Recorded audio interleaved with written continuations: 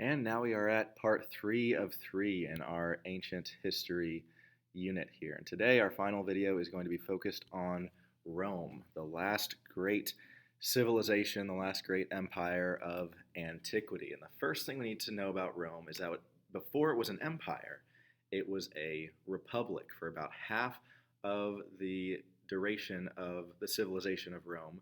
It was a republic, which is similar to a democracy. And then for the second half, it was an empire. And we're going to talk about how that changed. But first off, the Roman Republic. So the culture of the Roman Republic, it was heavily influenced by Greek art and architecture. If you look at the Colosseum there, it looks very similar to Greek buildings. Okay, Greek art and architecture heavily influenced that of Rome. Also, you had class distinctions in the Roman Republic, and you were mainly a part of one of two classes. You were either a patrician or a plebeian. So the patricians were the elites, the minority, and the plebeians were everyone else. Okay, so if you were a patrician, you were wealthy, you were noble, you were of high stature, you were of high social status, and usually had a lot of power. And then everybody else, the large majority of people, were plebeians. And people also had very short life expectancies.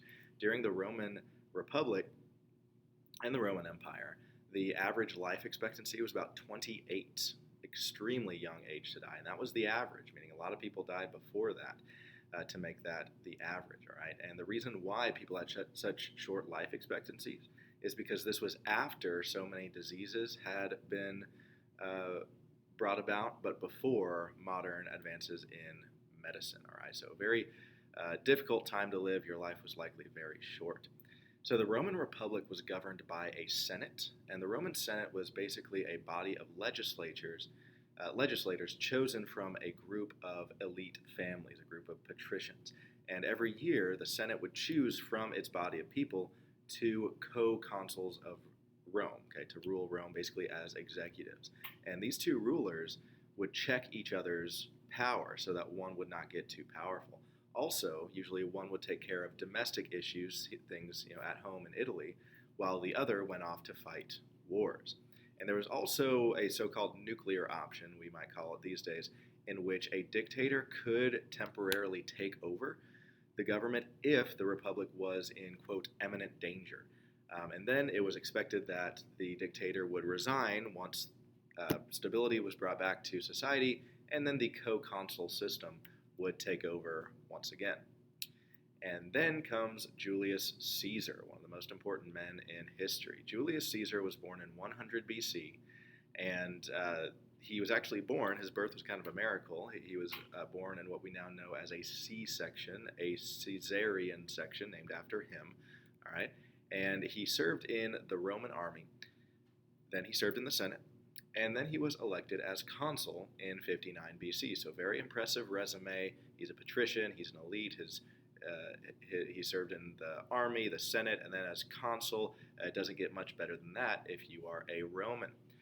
And Julius Caesar, after his year as a Roman consul, he became a general again and was very, very successful. He conquered a territory known as Gaul, that area in the orange right there, modern-day France, and he was very high status in society. People really liked him. But then a guy named Pompey, also pronounced Pompey, Caesar's former friend, who became his enemy, became consul while Caesar was away. Okay? And Pompey tried to take Caesar down by issuing a warrant for his arrest. He was very threatened by Caesar and believed that the only way to ensure that he himself, Pompey, remained in power was to take Caesar down. Okay, Caesar responded to this attempt to bring him down very harshly. He returned to Rome with his army and it literally invaded his hometown with the intention of killing Pompey. So Pompey fled the city and Caesar took control of the city of Rome. So by 48 BC, Caesar had taken control of all of the Roman Republic and was named both dictator and consul. He had completely seized power in that way when he drove out Pompey, because he declared that it was the nuclear option, the republic was in imminent danger, therefore he needed to become dictator, but he never stepped down. Okay? He kept that title year after year. So while people did not really like the fact that he took absolute control of this former republic, people really liked some of the reforms that he made. Okay, he reformed land ownership laws. He changed laws concerning the paying off of debts to where it was much more doable to pay off your debts, and you weren't just buried in them your entire life, and then you had to die with debt. And really, most importantly and significantly to us, he changed the calendar, the Julian calendar we call it, which is almost identical to the calendar that we use today. All right, so he was the dictator of Rome for several years, okay, and there was a lot of discontentment among some members of the Senate and some patricians, some elites. They said the Roman Republic is dead, it has become an empire, and Julius Caesar has become a dictator. All right, so in the year 44 BC, on the Ides of March, which is March 15th, a group of senators decided that Caesar had become too powerful. All right, so they wanted to restore the Roman Republic to what it had been, with co-consuls that ruled for 1 year at a time, instead of just having an emperor that might be corrupted by too much power. So these men, they killed Caesar by stabbing him 23 times on the floor of the Roman Senate. All right, stabbed him to death, including some of his best friends. A guy named Marcus Brutus was one of his best friends, and he said, I loved Caesar, but I loved Rome more. Okay, so he said, I had to kill Caesar in order to save Rome, because he thought that he was going to save the Roman Republic so that it would not become an empire. Okay, there's a great play about Julius Caesar, The Tragedy of Julius Caesar. It's called by William Shakespeare. Excellent play. I definitely recommend you read it. So Caesar's murderers had hoped that his death would restore the Roman Republic, but it actually didn't. It really backfired for them, and that's because most people really liked Julius Caesar's reforms. You had people like Mark Antony and Octavian come out and make speeches in defense of Caesar and how tragic it was that he was gone and how great of a job he did as their leader.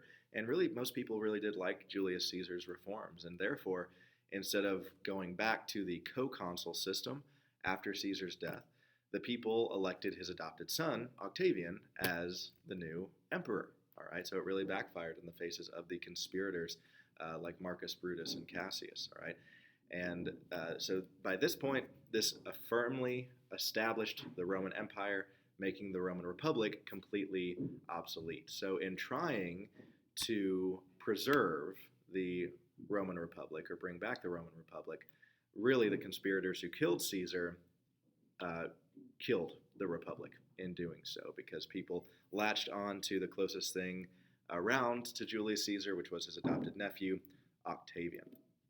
So the state of the Roman Empire after Julius Caesar's death, you had Emperor Octavian. He changed his name to Caesar Augustus. In fact, pretty much every emperor of Rome after that referred to himself as Caesar. Caesar became the new title instead of just emperor of Rome, because everyone looked to Julius Caesar as the model of who they wanted to be. All right, so Caesar Augustus, he ruled from 27 BC to 14 AD. Okay, so this was around the time when Jesus was born and when Jesus lived a good chunk of his life. And he's actually mentioned, Caesar Augustus is mentioned in the book of Luke in the Bible. Now, the line of Roman emperors continued after Augustus's death for over 400 years until the fall of the Roman Empire in 476 AD, which we'll get to momentarily. Okay, so now we're going to get to the birth of Christianity, a man named Constantine, who was a Roman emperor, and the Roman Empire as a whole after Julius Caesar. All right, so starting here with Jesus of Nazareth. All right, so Jesus Christ, he was born around the year 4 BC, okay, which is kind of strange. You think he'd be born in the year 1 AD, but judging by more archaeological and documental evidence, all right, most historians think that Jesus was born around 4 BC in a region called Judea. Okay, Judea right here on the map. It's in present-day Israel. Okay, so Jesus lived for about 30 to 33 years, and he was crucified in Jerusalem, the city right here, after which Christianity began to spread. And the man who was most responsible for spreading Christianity throughout Judea and Samaria the men responsible, rather, were Jesus' followers. Okay, Jesus had several disciples during his earthly ministry, most of whom traveled with him during his life, and then traveled all around the Roman Empire, spreading the gospel after Jesus' death, because their message was that not only did Jesus die, but he also rose from the dead. Okay, and many of these men who spread the news of Jesus were martyred for their faith. Okay, to be martyred means to be killed, to be assassinated, or to be murdered because of your beliefs or faith or convictions. And then comes along a guy named Saul, okay, Saul of Tarsus, whose Greek name was Paul. He was a Jewish convert to Christianity in the first century AD. So he was not a disciple of Jesus during Jesus' life and earthly ministry, but he became a Christian afterwards. Okay, but before his conversion, Paul was a Jewish scholar and therefore knew the Old Testament very well. So after his conversion, he spent several years kind of restudying the Old Testament and relearning the scriptures as a Christian, because if you are a Christian, you read the Old Testament much differently than if you are Jewish, because you see it as all pointing to Jesus. All right, so he kind of restudied, relearned the Old Testament scriptures. And one thing about Paul that was so unique was that he was a Roman citizen. Okay, so not only was he Jewish, so he knew the Jews, he knew the people who Jesus surrounded himself with and who he wanted to evangelize to, but he was also a Roman citizen, which was very rare for a Jew. Now, if you were a Roman citizen, what was special about that is that you were allowed to travel freely all throughout the empire. So that entire area on that map in the orange, Paul was allowed to travel through. Okay, it was like there was no borders for him since he was a Roman citizen, and that was possible for all Roman citizens, but not for all people living in the borders of the Roman Empire. Okay, very few people, very small percentage of people living in the border of the empire were actually Roman citizens. You either had to pay a lot of money to become a Roman citizen, or your parents paid a lot of money for it, and you became a citizen upon your birth, which was the case with Paul. So after becoming a Christian, Paul devoted his entire rest of his life to traveling around the entire Roman Empire, spreading the gospel. And he showed people, kind of bridged the gap between Judaism and Christianity by showing that, you didn't have to be of Jewish heritage. You didn't have to be circumcised to follow Christ.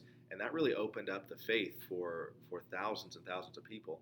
And because of that, Christianity spread very rapidly throughout Rome. Okay, it spread very quickly in the first 3 centuries after Jesus. And one reason for that was Paul, and then also Jesus' disciples traveling everywhere. Martyrdom itself was a big reason why the gospel spread so quickly, because people said, hey, if people are willing to die for this faith, maybe we should listen up. Maybe there's something to it. All right. And Paul himself took at least 3 missionary journeys. Here's his first one, mostly in Turkey, modern-day Turkey and Syria. Then he went to Greece, okay? And at one point, he actually went to the city of Rome, which is where he died.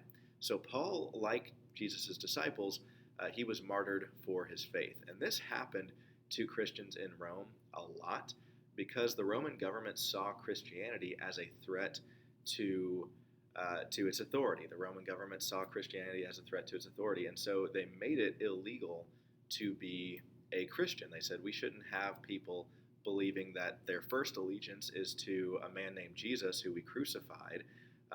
Their first allegiance should be to the emperor. It should be to Caesar. So thousands of Christians still practice their faith in secret throughout the empire, illegally.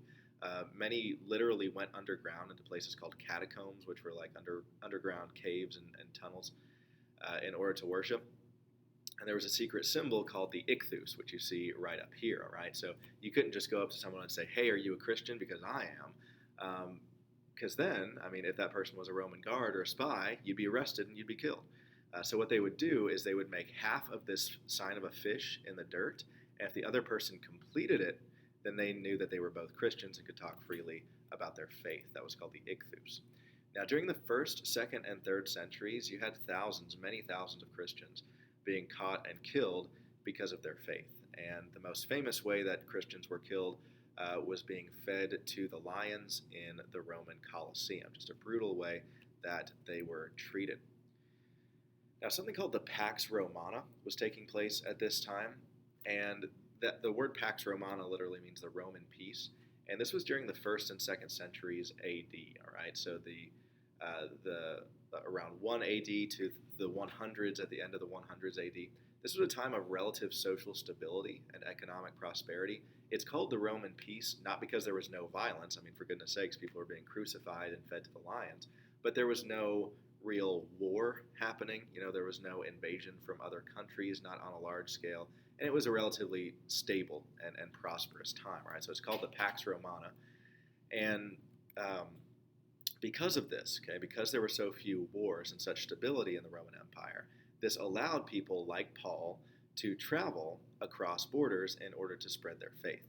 Okay, so the large number of martyrdoms during this time, as well as people like Paul being able to travel across the empire because of the Pax Romana, those things made Christianity spread much faster. So the time of the Roman Empire's greatest territorial extent was 117 AD. Now just look at that map right there. How much sheer territory was controlled by one emperor, really, one king, one man, one Caesar. And in the year 117 AD, this was the height of the Roman Empire, the zenith, so to speak, Rome contained about 25% of the world's population. All that area in the red of the Roman Empire, that was about 25% of the world's population living under the rule of one man. Just an incredibly powerful empire, one of the most powerful empires the world has ever seen or will ever see.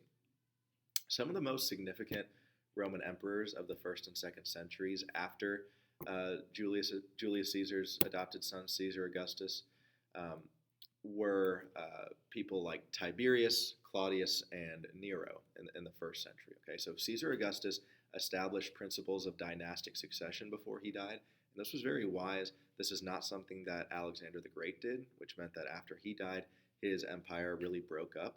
It really broke apart into many different ones. But right before Caesar Augustus died, he made sure to establish principles of dynastic succession so that the Roman Empire would remain strong.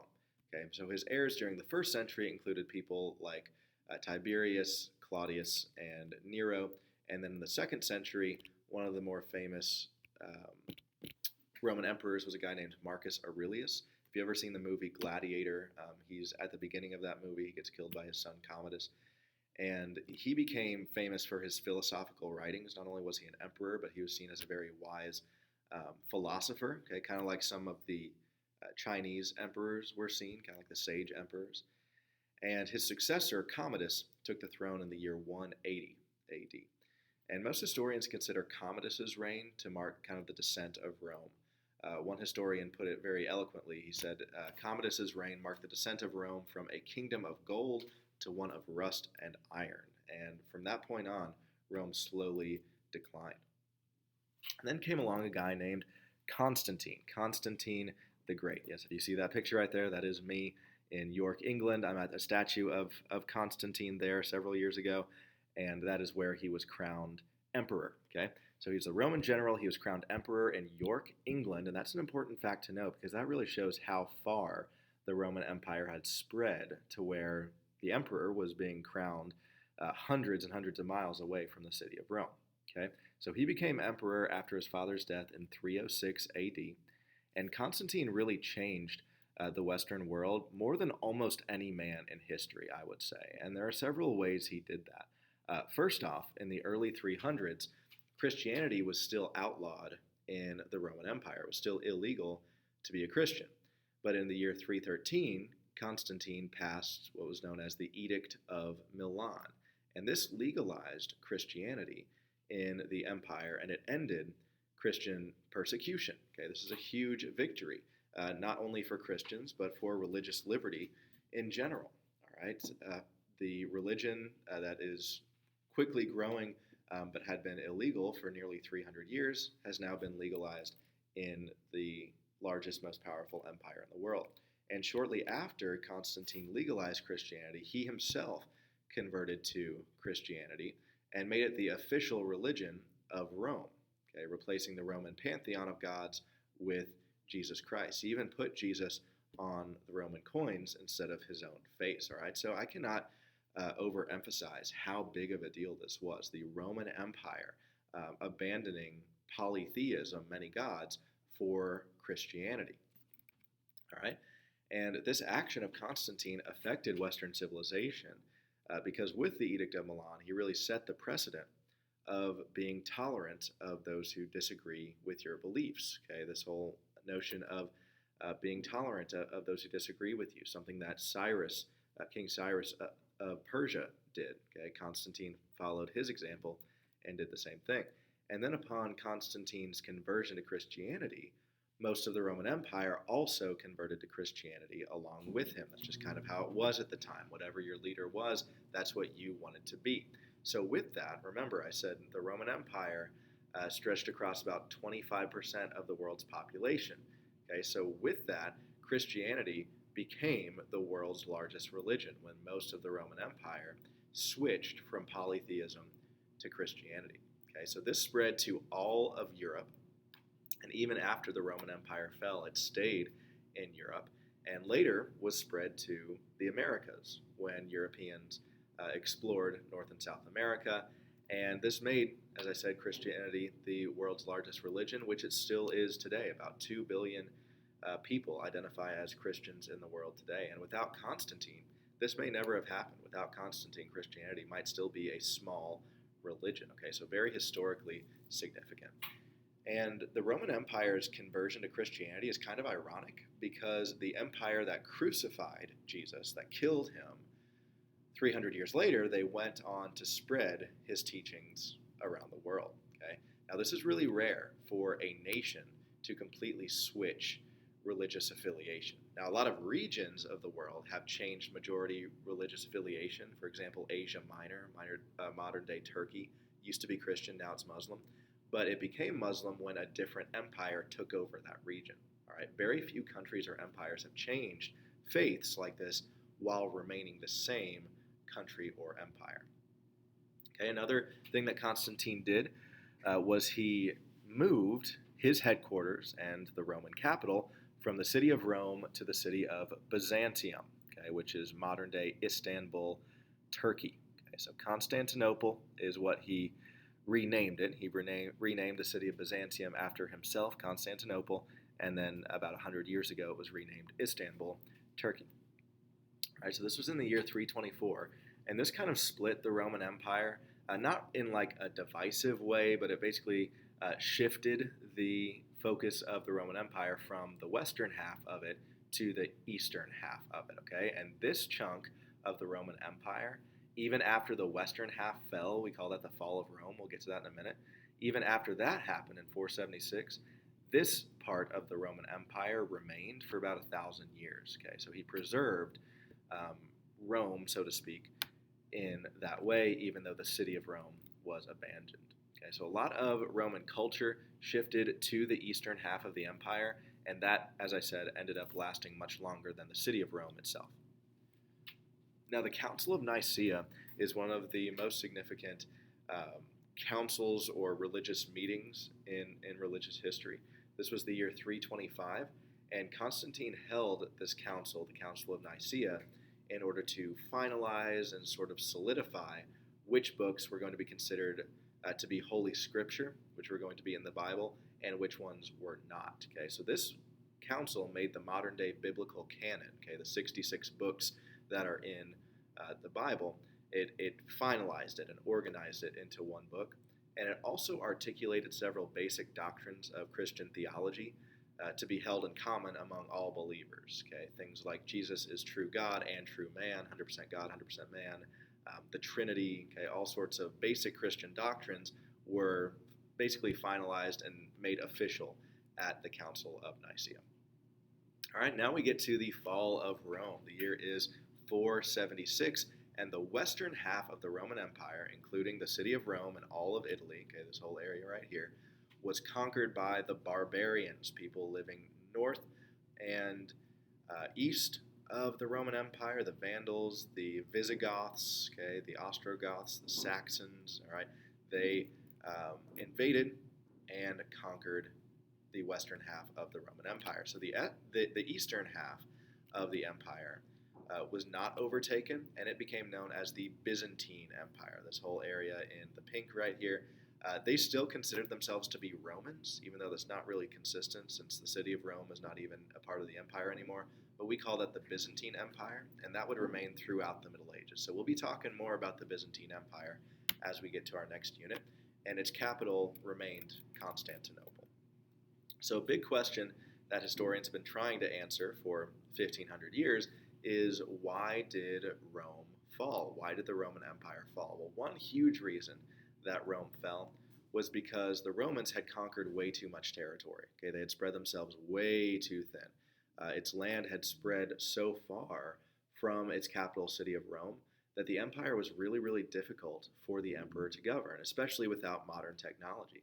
This is something that the Egyptian pharaoh Hatshepsut knew very well, that the larger you expand, the weaker you kind of become, because you can't really keep an eye on all that territory, and it starts to become weak from the edges. And that's exactly what happened to Rome. Okay, this made the empire weak and very susceptible to conquest, right? So the fall of Rome is considered the beginning of the Middle Ages. Okay, some people call them the Dark Ages.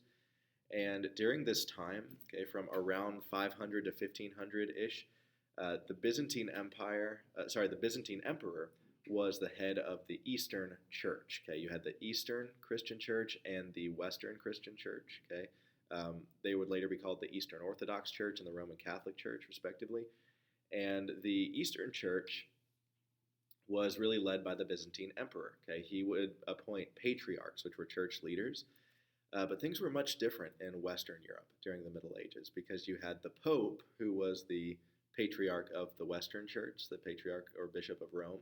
He remained the head of the Western Church, but after 476, when the Western Roman Empire was conquered, there was no longer an emperor over the Pope to appoint and govern church leaders. So this became really important regarding civil authority, because there was now no one to challenge the Pope. Okay, no emperor to be over the Pope and kind of make sure that he doesn't get too powerful. And therefore, popes became extremely powerful during the Middle Ages, much more so than the patriarchs of the Eastern Church. And this, in part, led to the modern-day Reformation, led to the Protestant Reformation in the 1500s, and really impacted the state of present-day Christianity. So we are still living in a world today that was partly shaped by the fall of Rome and what happened because of that. Okay, so with that, we end ancient history. Okay, this was a quick survey of ancient history. We talked about Mesopotamia, we talked about the Indus Valley civilization, Israel, Egypt, Assyria, Babylon, Persia, Greece, China, and then today we talked about Rome. Okay, so I hope you learned a lot. Let me know if you have any questions.